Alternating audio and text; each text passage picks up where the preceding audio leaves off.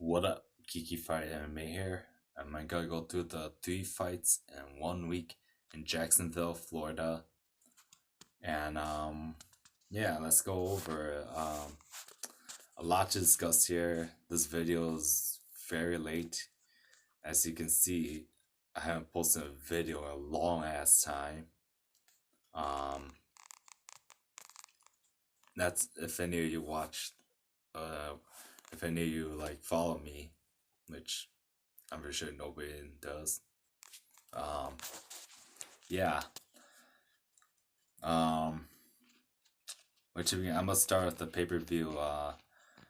Tony Ferguson versus Justin Gaethje is originally supposed to be Khabib versus Tony for the fifth time, and it's just a shame.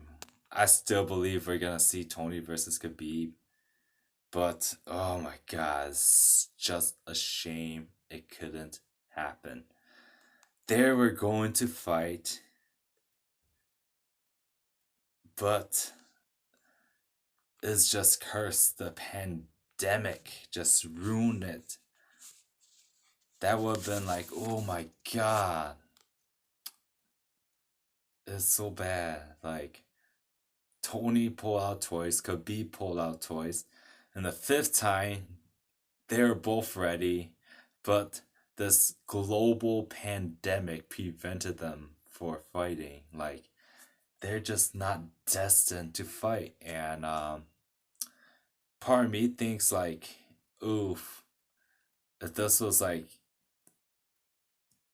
33-year-old Tony or younger, Khabib would have been fucked. Khabib would have lost, in my opinion. And back then, I was rooting for Khabib, but then as I started to see like how good Tony is too and how old he is, I'm like, man, I really hope age does not affect it, but oh, that just sucks, man. Like we couldn't see that, and who knows? Like maybe he did do it to himself with the unnecessary weight cut. But yeah, like it just didn't happen. And yeah, Khabib went to Russia things because of the situation. UFC wasn't being clarified, like t- telling anybody what's going on. They're just saying, yeah, it's still active, but then didn't tell anybody where they're fighting or like whatnot. And then they just threw Khabib out on the bus for flying to Russia, which in hindsight, good thing he did because his father got sick. Well, okay, so there's articles out there. I haven't read it, but apparently it's clickbait and it says, "Oh, Khabib father got coronavirus," but like I listened to Lesbo and the Beam and or Lap B MMA podcast, and some of the people are saying, "Oh, all these articles are just making clickbaits because coronavirus gets a lot of attention." And Khabib did talk about coronavirus, but like according to the people I was listening to, the article doesn't state that. If you read it, it doesn't state that Nurmagomedov, whatever, his dad, does not have coronavirus. He has like some sort of heart issue, but they said he did not test positive for corona, and he's in coma. So yeah, I believe DC said he's only like 50 something years old. So like, yeah, dude looks like older than to me. He looks older than he actually is. But yeah, it could be like, so if he didn't get corona, then it's like good thing could be flew back. If he had corona, it might have been a bad thing if he flew back. Who knows? Maybe him or his teammate might give it to him. But from what I hear, he doesn't have corona. May his dad recover.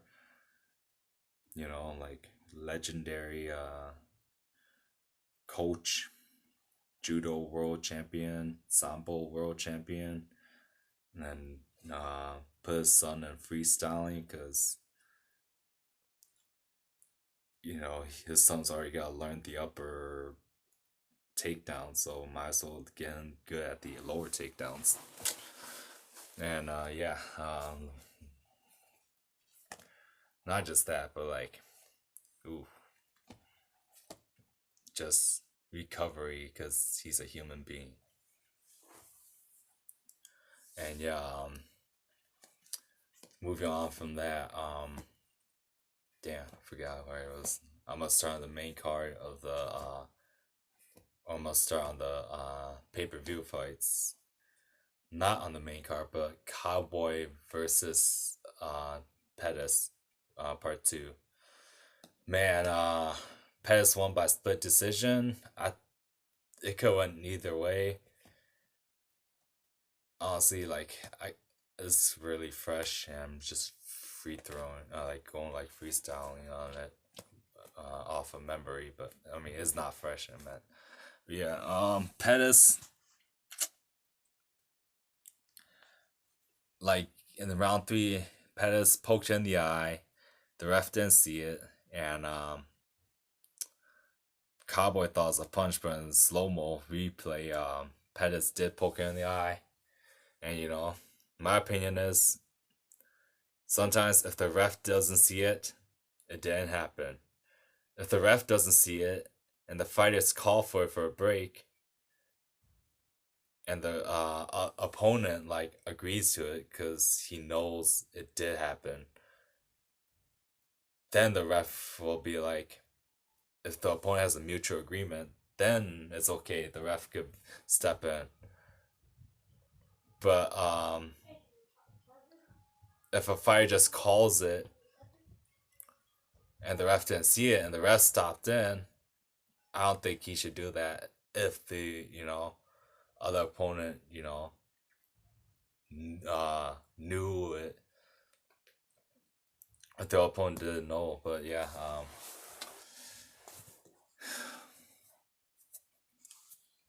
Cowboy got.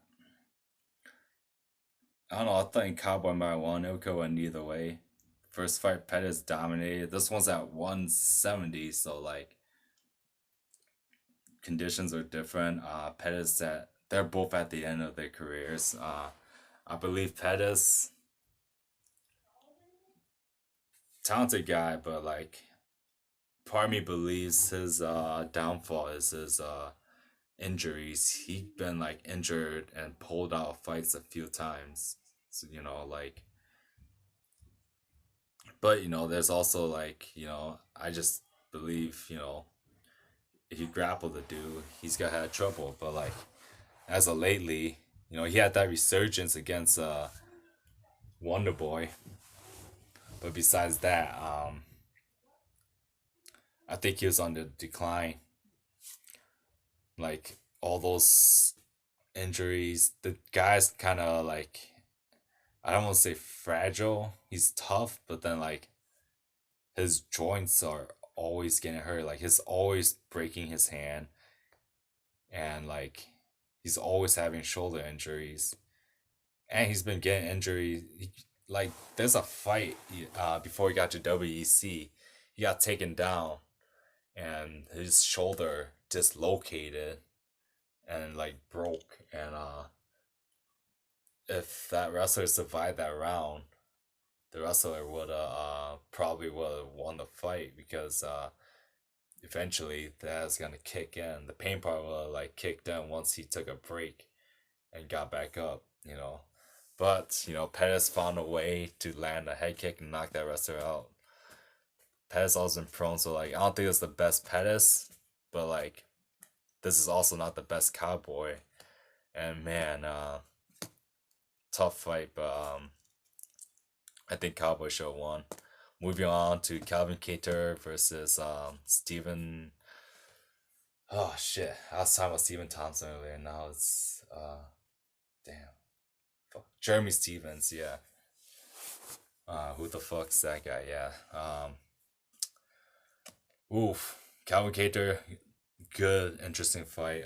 Calvin Cater started slow. Jeremy was landing shots, and man, Calvin dude's tough because he was taking shots from Stevens in round one. Then I believe in the end of round one, or like towards the close towards the end, he landed a clean shot that like stumbled Stevens, I believe. It's been a while. This is was it May 20, was it May 26th, May 27th? Today's Wednesday or Tuesday, I don't know. But yeah, ooh, Kelvin, it was a good, interesting one. I gave round one to Stevens, and I forgot which round it ended, round three or round two, but yeah, Calvin started taking over, and then started like landing shots, and lands a beautiful jab, like disguised it, and then it's like instead of being a 1-2, it was a 1-2, but instead of being a straight, it was an elbow. It was like jab, and then elbow, and man, beautiful elbow. Cut Steven bad and dropped him, and then I believe the cut was not that first elbow didn't cut him, but the first elbow dropped him, and he followed up and cut Steven and hurt him bad. Good one for Calvin Cater. I believe he would have beaten Zabit if they fought in 5 rounds. You know, like that is always something that will make me question Zabit. I was a big like dick rider when Zabit came off the scenes, but the guys he beat, they all like they're not in the UFC anymore, and yeah, Zabit talented, first round talented, second round starts to slow down, third round gasses. Like Steven was putting on Zabit in round three. Like Cater is starting to put on Zabit in round three, and had that been a 5 rounder, I think Zabit would have lost to both those guys. Even maybe Kyle Bachniak, who's not in the UFC anymore. And you know, the guy's clearly talented. Round one, he's like untouchable. He's talented, but I just think the dude's way too big and cuts way too much weight and gasses due to a major weight cut. He's just one of those guys who seems like he could lose 40 pounds easily, but it'll take a toll. Calvin Cater, definitely up there. Just another win, and he can make an argument to be an entire shot, or like if somebody pulls out, he's in the argument. What's next for him? I like to see him fight Yar Rodriguez. That'd be an interesting fight. We'll see if he can survive, because he's a slow starter. Yar is fast as fuck, so we'll see if he'll get catch in round one, and if he doesn't, and if he survives or whatnot, can he adjust and beat Yara? That'd be a pretty interesting fight. I don't know who I'll pick in that one. One Korean Zombie would be nice too. Good one for him. I don't know what's next, but yeah, 145. It looks like a mess right now, like especially with the whole coronavirus thing, and then Volkanovski versus Max. That's gonna put all the contenders at you don't know what's gonna happen with all the contenders. Honestly, I would rather see Max fight somebody else, but it is what it is. Moving on, I think was it Greg Hardy was the next fight, or whatever, I don't know. That fight I didn't really care. I think this is my opinion. I think the dude got paid to lose, man. What was it? Not Rajan Struik, but whatever his name is, De Castro. D Castro got paid to lose. I'm calling it. D Castro got paid to lose. Like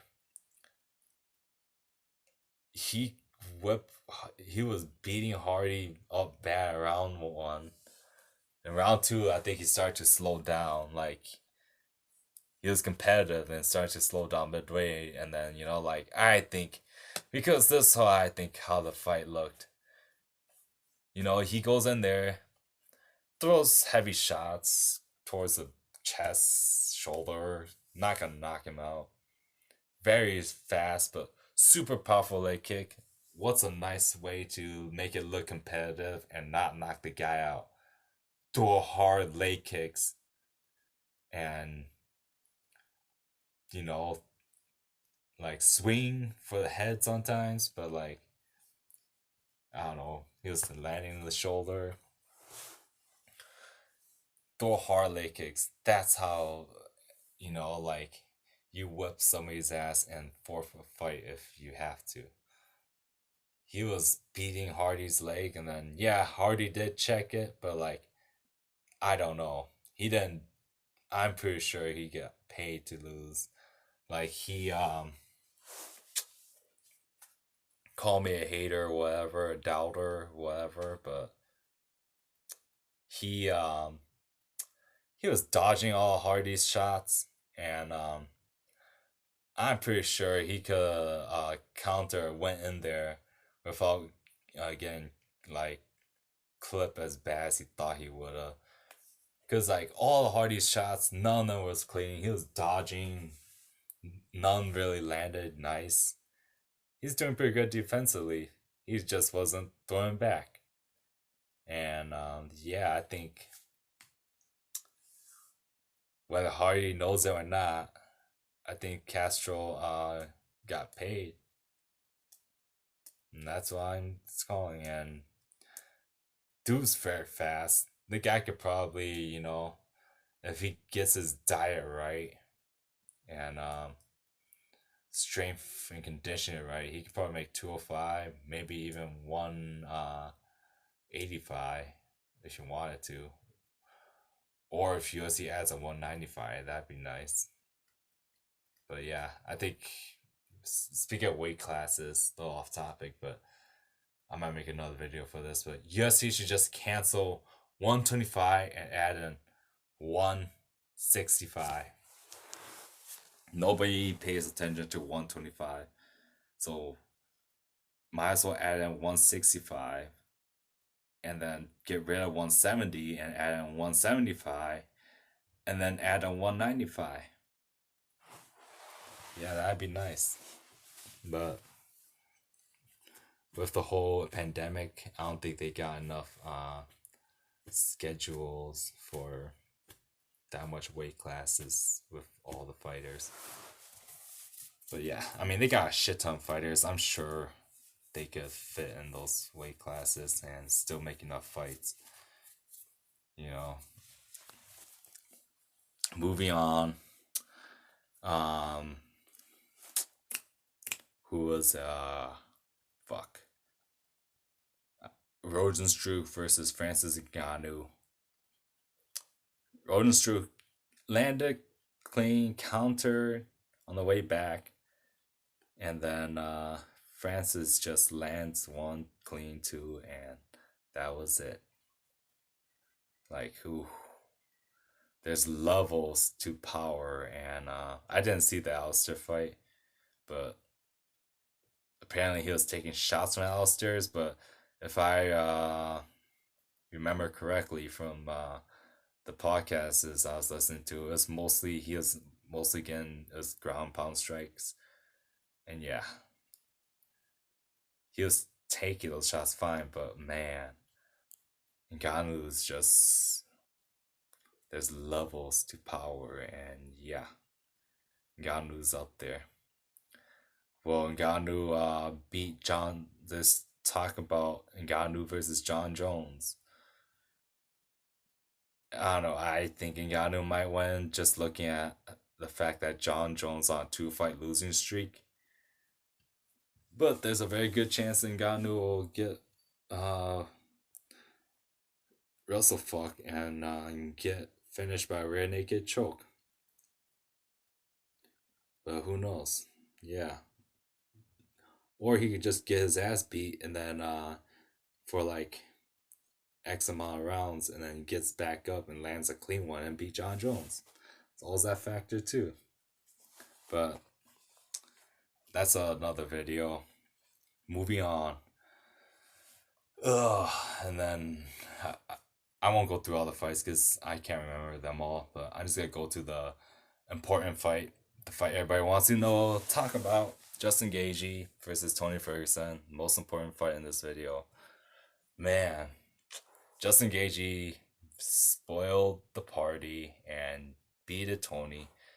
Justin Gaethje is like one. Okay, Khabib, Justin, and Tony. Those are all my favorite fighters, like right now in general, and at 155. So I wasn't. I couldn't be in. I wouldn't. I wasn't sad that Justin won, but I was just sad that we won't get to see Tony versus Khabib. And the fact that Tony is 36, all those injuries, wear and tear, like his mind is strong, but like we just like it just sucks. Like, is age a factor? Is that weight unnecessary weight cut factor? That sucks, man. Justin spoiled the party, which good for him because he's like the most exciting fighter in the UFC. Him and Korean Zombie are my two favorite fighters of all time as far as excitement goes. And yeah, I get pumped every time those two fight. Like, I get pumped in a lot of fights, but like, man, those are like guaranteed drug injection through my veins when I watch those two. And I want Tony to win though, just because I want to see that fight. But I believe they will fight again. But hopefully, there's a good chance they might not too, because when you're old, like the game just changes and boom, it's like all of a sudden it went from you're great to it's like what the heck, you're on like a massive losing streak, and it just goes like that. And I hope that does not happen to Tony. I hope he could get another big win or two and get a fight with Khabib. But like if it's a 33-year-old Tony or younger, I think he will demolish Khabib. Like, I think he will have won. Like, I won't say demolish, but he will have won. It would have been competitive. I do believe like it's very possible that he's losing, but Khabib will slow down and he'll catch Khabib. Or he just like loses the first two or whatever and then dominates Khabib from there on and finish him. Like I believe Tony would have won regardless of him taking a beating or not, being back and forth or not. I believe a 33-year-old Tony or younger would be in that, like, however old Khabib was at the time. It's just a shame the fight never happened.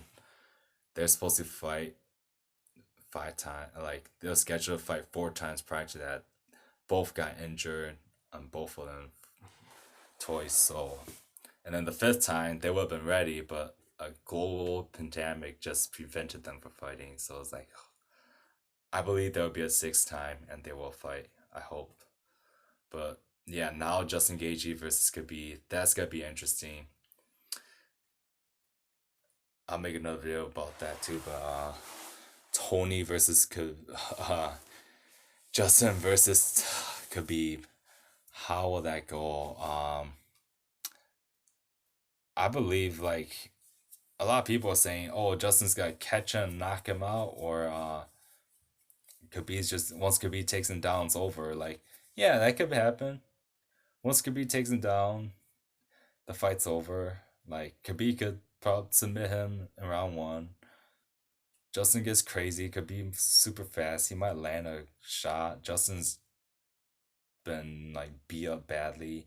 He might get hurt. Like Justin's been taking a lot of punishment before he got to UFC, so like could be it's possible Khabib could knock him out too.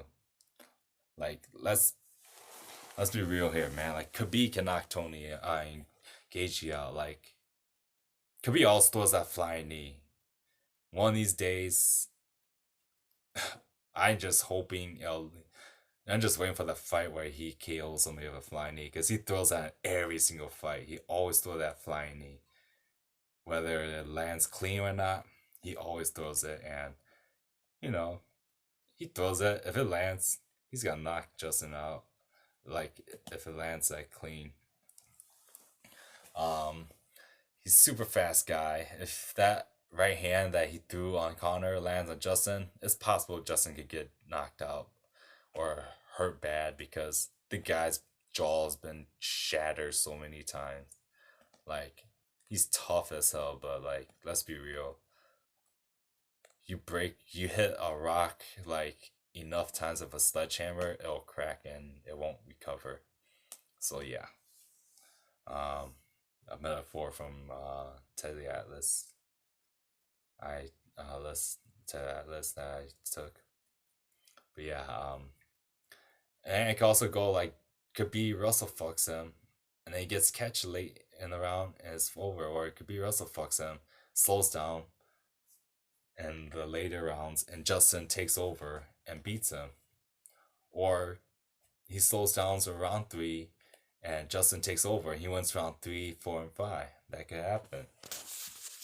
Like this fight is not as black and white as people make it out to seem. So yeah, I'm very interesting for that fight. As for other matchup, I'll leave that other videos. Yeah, and then moving on to I don't remember the order of these fights, but I believe Teixeira and Smith was on Wednesday, and then Walt Harris and Overeem was on Saturday. Was it Chito Vera versus Song Yudong? Man, like Uriah Faber is holding to Song Yudong for dear life. And you can see like all his talents are gone. Chad Mendes is not as great as he once was, and he's retired. DJ Dillashaw left the team, and it caused a lot of field. Cody Garbrandt, guy is ooh, one of the most talented guys, like physically, that I've seen. Like hand speed, like just speed in general, so quick, so talented. But like Uriah screwed him over with the Justin Buckles. Like, how do you turn a guy that talented to like a reckless brawler like that? And it's probably a mental, emotional issue that Garbrandt has to figure out for himself when he's in the fight. But that fight with Cruz like showed you that that was like next level talent. But then that ever since Uriah Faber kicked Justin Buckles, which you don't know, that's Cody Garbrandt's that was Cody Garbrandt's like one of his main coaches, at least his main striking coach, I believe. And Uriah Faber kicked him out, and then ever since then, he's been like on a knockout losing streak. But yeah, off topic. Right now, he's holding on to Song Yudong for dear life because that guy is quick and he has some serious power. But I was driving the car when I was watching this fight, so I didn't get to see. I don't like was it don't do what I'm doing. Like I missed a few parts, and then when I stopped and watched, so I didn't really all these fights I didn't really get to see. But yeah, Chito Vera was winning. He was going to the body a lot, and Song Yudong, Headhunter, like I think the guy is super talented. It's what, like 21, 22, very young, but like kind of overhyped. And the fact that he's Chinese or Asian, like UFC will like they want they want a foreign champion because that brings opportunities to more fighters and more fans. Like they may not be a star, like even if they not are not a star, they will they might gather enough fans that will inspire somebody who can be a star, who can be a talent to go train, and maybe that person might come to the UFC. Like a few years ago, those Chinese guys on Tough were garbage fighters, but it's because of them being on the UFC in the UFC that inspired other Chinese talents to go train. If it weren't for them, we wouldn't have Wei Li Zhang, the first full-blooded Asian female champion, a full-blooded Asian general to be a champion. If it weren't for them, there'd be no Wei Li Zhang. San Yudong wouldn't be here. Super talented guy, super powerful, but I don't know if I just don't think Team Alpha is like a world class. It's a world class gym, but it's not like I don't think it's up there compared to the other elites. Like T.J. Dillashaw was explaining it, like he's no say what you want on his juice head thing, but like it's more like a business, like for clients than it is for like trained fighters, and you gotta find a balance. If as a head coach, yeah, you want to make a living, but you also gotta like if you're in the elite gym, you also gotta like value your fighters too, and not just your clients who are there for workout or whatever. And yeah, Faber, very good, very good entrepreneur, but man, I don't think Teen Alpha is a next level. Like this, and like with all the drama, with all the fire, maybe it's a Faber issue. Like with all the hate, like come on, man, like ooh, yeah, I know this talk is very off topic, but yeah, I think if Sang Yudong wants to get better, he's got had to leave Faber because like they got pretty good wrestling, but like they don't got anybody representing the striking. Like who's their striking coach? Like Garbrandt when he's fresh, when he's not what would you call it? When he doesn't lose focus, he could be good, but as of lately he's been losing a lot of focus, and it wasn't like he was trained by Faber. He was already like pre-trained to learn how to box by his uncle, and then like he went to Thailand to learn his kick game. So it wasn't like Team Alpha trained him as a striker. And then Sang Yudong, man, like yeah, he's they're like a wrestling heavy gym, but their overall MMA I don't think is there compared to the other elite gym, and the striking is. I just don't think they got the striking. Like, was it Martin Campman was the striking coach down there, and then I believe there's a issue there too, and then they Faber kicked out Campman. It's like, come on, and you can see in Sanyudong, man, he's like all headhunting, like hardly any body shots, and yeah, I was like, come on, man, like Chito won that, and then yeah, this rant's been going on for a while. Sorry about that, but yeah, just moving on to the next fight. Um, that I remember was Angela Hill, Claudia. Angela Hill got held down and controlled in round one, and then round two, she dropped Claudia, and she landed way more punches, and then round three, like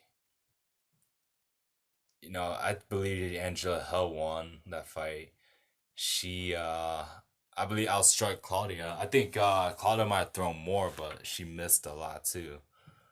And I think Hill landed more and more of the cleaner shots.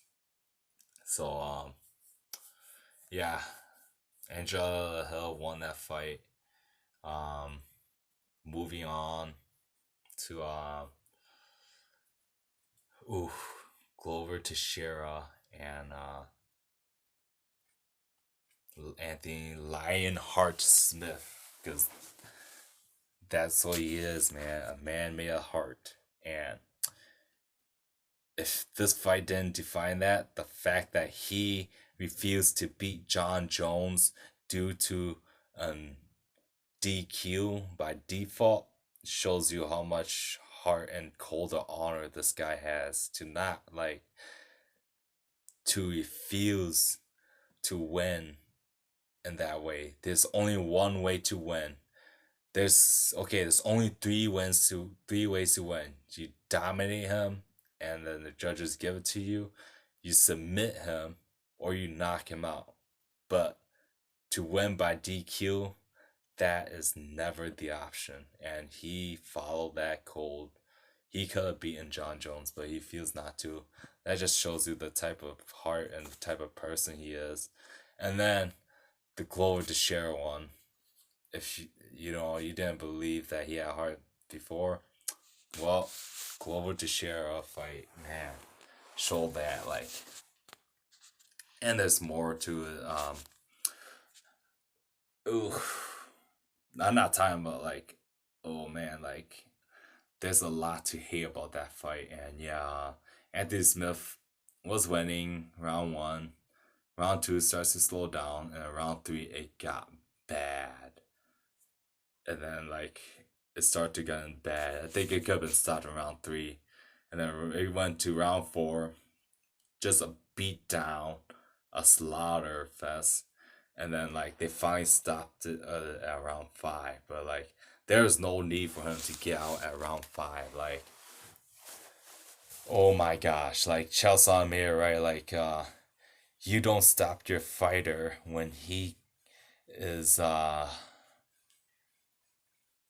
you do not like throw in the towel when he is not dead. You throw in the towel when he can no longer win, something like that. And yeah, I believe that. And yeah, it's just crazy. Like the beat down he took, he got like a broken order bone, I believe a broken nose, and like a few missing teeth. And like he couldn't hold his mouthpiece in because his teeth was missing, so he couldn't bite down his mouthpiece. And then there's even one time when Clover started feeling bad for it, and as he was hitting him, he's like, "Hey, I'm sorry, man." And then Smith says something like, "It is what it is."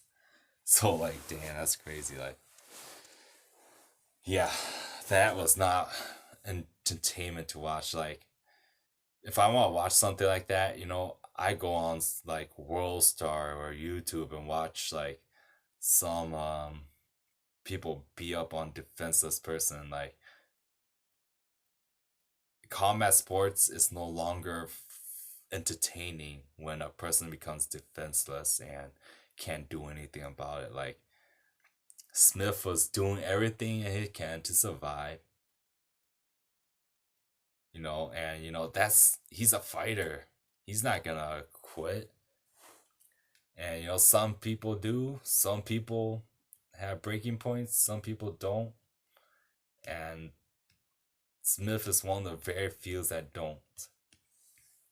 And like I'm not saying like a lot of fighters have breaking point like quit, but like there's a lot of tough guys, but like eventually there's a breaking point. And as a like I believe as like when you're responsible as a coach is to save the fighter for quitting, because once his mind quits it's hard to recover. Like you want to throw in the towel before his spirit breaks. Once the spirit is broken, that person is done as a fighter. Like once you break a person's spirit, he's no longer the same. And yeah, they should throw in the towel. I believe his spirit was willing to break, but like he was not gonna win that fight. And for what Clover Teixeira, like this was not a title fight. Like if it was a title fight, it would have been like, yeah, it's tough to watch, but yeah, I get it. It's a title fight, and he's not like quitting. Like his spirit's not broken. It's a title fight, but it's a freaking. You could stopped in the third round, and he could come back, won like a fight or two, and been in the mix. Now, his chances of winning his next two fights are even lower, and you just ruined like the longevity of his fight career. I mean, we don't even know how much he got left. Like he has over like 40 fights. Like that's a lot of fight. That's a lot of sparring. We don't know how much punishment he's taken in sparring. We don't know how many times he gotten slammed by practice, whether he's non-resisting and somebody's like threw him down and he just landed where as a training partner. We don't know how many times he got injured, how bad his knees are from wear and tear or other joints. Like we don't know how long his career will. He probably doesn't have much left, and you just took a lot out of him. Man, I, they should have threw in the towel. Like that's one thing I don't like about MMA is like, oof, when it gets rough, like it's tough to watch. Like when a guy can't defend himself anymore, and the fights are still going on. Oof, that's tough, and that was one of the toughest thing to watch. Like, ooh, like yeah, should throw in the towel. And then moving on to well, I don't know if I want to move on yet, but yeah, that's just crazy. I believe his corner also trained the girl. Forgot her name, but she fought Amanda Nunes. If I remember correctly, they also like somebody said that one of the podcasts I was listening to. I don't know if it was Luke Thomas or Lap B or Lesbo and the Being. It's another MMA podcast, a small one. They're saying that those trainer also trained cornered that girl fought Amanda Nunes who said she was done. She can't hand she was ready to quit in round 4, and then they made her fight in round 5, and then she got destroyed. I believe those are the same corner too. And yeah, it's crazy. And I also believe Smith said something like about I haven't seen the whole thing yet, but Smith may came out and I believe he said something about how he would have fired his coaches if they threw in a towel. And man, here's the thing too, like you're there to protect your fighters from themselves. Like, yeah, you're, like, I don't know. I don't know the relationships with them and Smith, but like, as a friend, you're gonna let your friend be ready to die, but you're not gonna let him die.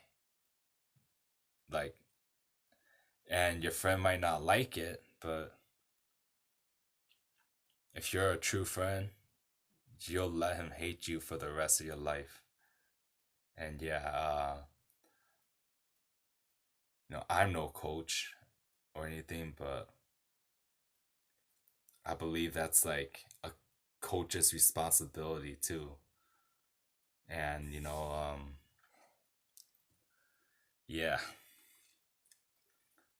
if a fighter can no longer win, you should throw in the towel. Let him like lose that fight, but not take as much punishment, recover faster, and have a better chance of winning the next fight. But now, like, his chances of winning the next fight had decreased dramatically because all the unnecessary punishment he took. Um, yeah, that's one thing. Like, and I just believe, yeah, you do not want your fighters to break. Like, you gotta protect your fighter and end the match before they break spiritually inside a fight. Because once you break in spiritually inside a fight, that you're like done as a fighter. And yeah, yeah. At least that's what my beliefs are. Once you break inside a fight, like once you quit and you say, okay, I had enough. Like, there's no shame in that. And don't get me wrong, there's no shame, but like once you get scared and you quit, or you're like, oh shit, I'm so scared of this guy, I don't want to do it anymore. You are done as a fighter. You will not be the same, and not in a positive way as a competitor. I don't want to say like negatively, but as a competitor, you are not gonna be the same in a good way. So yeah, I think that's one problem with MMA. Moving on to Walt Harris, who sad thing for Walt Harris, and there's one thing I want to like mention here, but I'll mention late after or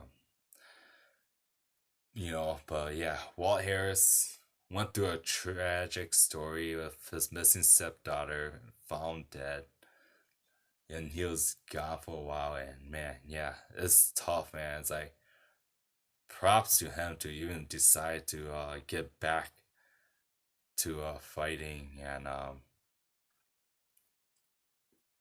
to do that. But like yeah, these stories like you want to root for those people, but like I know there's I know for sure there's another similar case situation like this. I believe there's two more, but I can't remember. But how many there were for like UFC level fighters? But it happened to Vitor Belfort like when he was young and he was like a monster, and then his sister was kidnapped and she's never been found ever again up to this day. There's nothing about his sister. And yeah, when she went missing, like Vitor Belfort, like a similar situation, like you know, you want to root for the guy, but like when these stuff happens, like man, like they chances are they're not gonna be the same, and like props to them for even like going out there and trying to fight or like you know moving on. That's props to them, but oh, it's like it's never a good thing. They never like they don't do well. Like I believe there's another fighter that had similar situation too, and I can't remember. I can't remember, but I believe there was. If you guys, if anybody watches this and watched this far, please tell me if you remember or you know anything that's happened similar to a world class fighter. But yeah, Vitor was never the same. He went on a major losing streak, up and down, and then it took him a while before he got back to his like as like a world class competitor. It took him a while to get back to that stage, but yeah, it usually doesn't end well. And Walt Harris, man, like you want to root for the guy, but like chances are like he's probably not gonna do as come out as victor. Like there's so much pressure, and yeah, he lost. He caught Overeem, almost finished Overeem, that glass jaw Overeem, but like man, Overeem like somehow managed to survive. He took those shots and he came back and managed to survive. And once he clinched up with Harris, you knew it was like, oh, Harris is done. And you knew like Overeem started beating up towards the end of the round, like the second half of round one. And then you're like, oh, and then it's like, you know, you're like, it's done. And then Overeem lands a head kicks in round two and then like beats him up and then ends up choking him. And one thing I want to make notice of, like, it was like Harris Corner, like they said something like, man, you know, like when a person loses, there's never something good to say. It's hard to say. It's a rough thing to.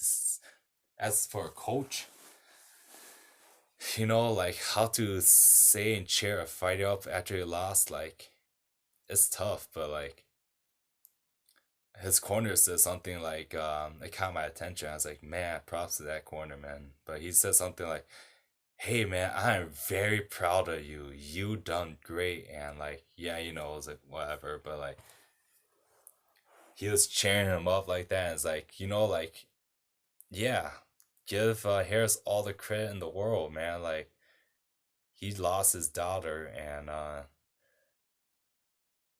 he went out there and yeah,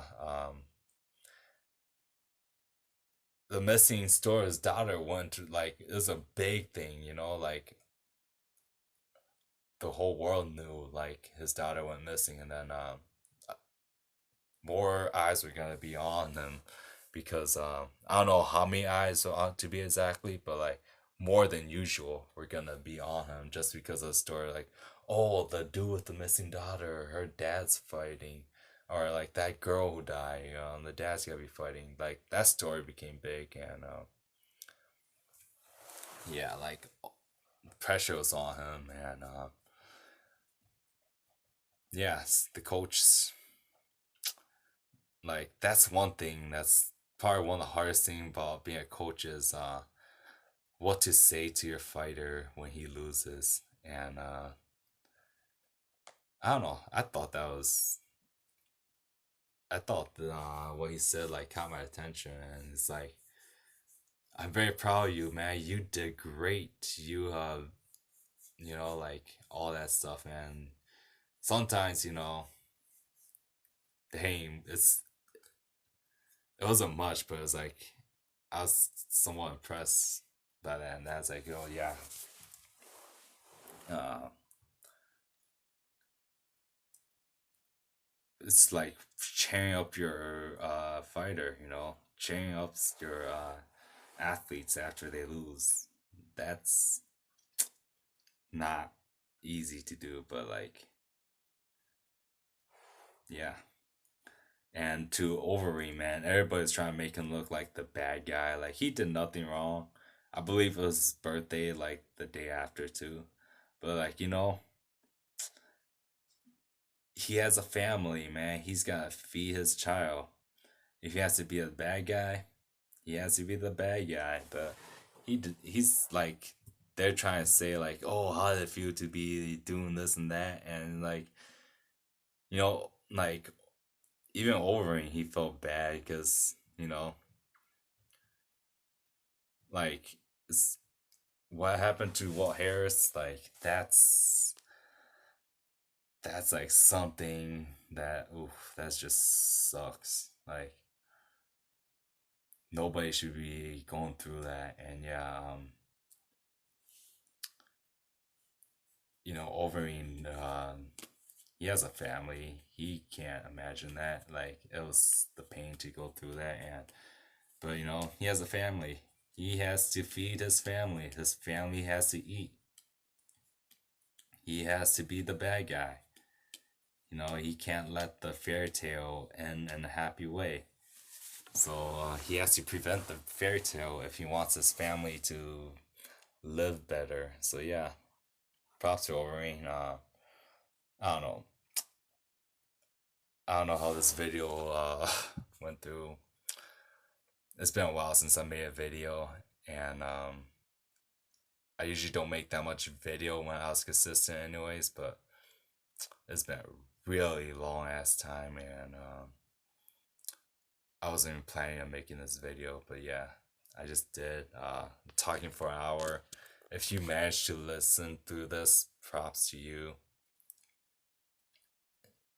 If you managed to listen to 20 minutes of it, props to you. But yeah, I'll probably be ending on this. I'll be making another video of the upcoming Burns versus Willie. So yeah, stay tuned for that. Peace out, and yeah, peace out, and now stay cold because it's summer.